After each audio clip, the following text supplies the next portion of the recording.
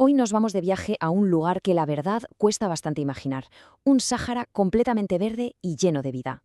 Y es justo ahí, en medio de ese paraíso perdido, donde prosperó la cultura capsiense. Así que la pregunta es casi obligada, ¿no? ¿Quién era esta gente? ¿Quiénes lograron prosperar cuando el Sáhara era un auténtico vergel? Bueno, pues para encontrar la respuesta tenemos que viajar muy, muy atrás en el tiempo. Y la respuesta es la cultura capsiense.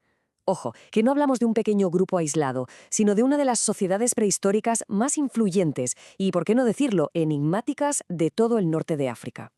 Y cuando decimos que fue importante, no es una exageración. Jugó un papel fundamental en la evolución humana de la zona. Vamos, que sentó las bases para las civilizaciones que vendrían mucho, mucho después. Muy bien, pues vamos a meternos en materia. Para entender de verdad quiénes eran, lo primero es situarlos, cuándo y dónde vivieron exactamente. Fijaos en esta línea de tiempo, porque es una auténtica barbaridad. Estamos hablando de una cultura que existió durante 6.000 años. Vivieron la transición desde los últimos cazadores-recolectores hasta las primeras sociedades ganaderas, un cambio que literalmente lo transformó todo. ¿Y de dónde viene el nombre? Pues de un sitio muy concreto, la antigua ciudad de Capsa, que hoy en día es Gafsa, en el sur de Túnez. Allí se encontraron los primeros yacimientos importantes y, claro, el nombre se quedó. Y esto es clave para entenderlos. Hay que borrar por completo la imagen que tenemos hoy del Sáhara. Su mundo era un lugar verde, húmedo, con praderas inmensas y lagos. Vamos, un paraíso. Se movían sobre todo por las zonas interiores de lo que ahora son Túnez y Argelia. Pero su historia no va solo del sitio donde vivieron, sino de cómo se las ingeniaron para adaptarse e innovar. Fueron unos auténticos pioneros de la Edad de Piedra. Su cultura, además, fue evolucionando con el tiempo, como se ve perfectamente en esta tabla. Al principio, en su fase más antigua, eran unos maestros fabricando microlitos, unas herramientas de piedra súper pequeñas y afiladas, y también trabajaban el hueso. Su economía se basaba en cazar y en recolectar caracoles, muchísimos. Más tarde la cosa cambió, perfeccionaron sus técnicas, crearon puntas de flecha y, lo más revolucionario, dieron el salto a la domesticación de animales.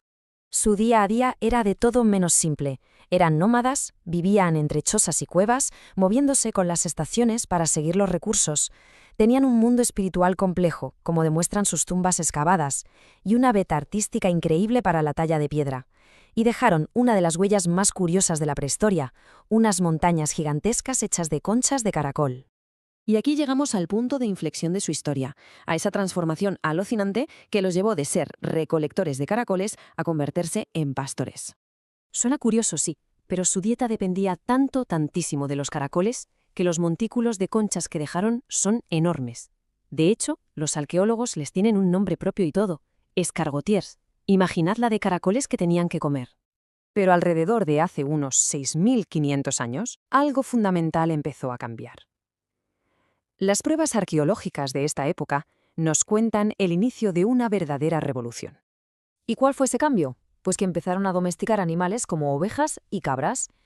Esta transición, que puede parecer poca cosa, los convirtió en uno de los primeros pueblos pastores de toda la historia de la humanidad.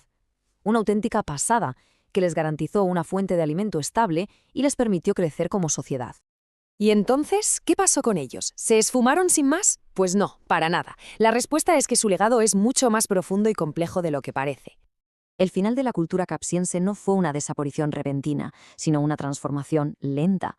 Por un lado, el clima cambió y el Sahara empezó a secarse. A la vez se fueron integrando con nuevos pueblos que llegaban a la zona. Así que su cultura no se extinguió, sino que se convirtió en el cimiento sobre el que se construiría todo lo que vino después. De hecho, se cree que esa fusión de la cultura capsiense con otros pueblos fue lo que preparó el terreno para que, mucho tiempo después, surgieran potencias mediterráneas tan importantes como la mismísima Cartago.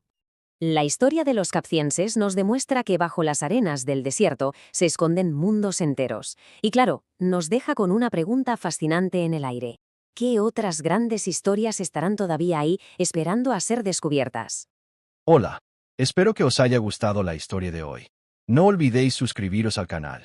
Y hasta la próxima historia.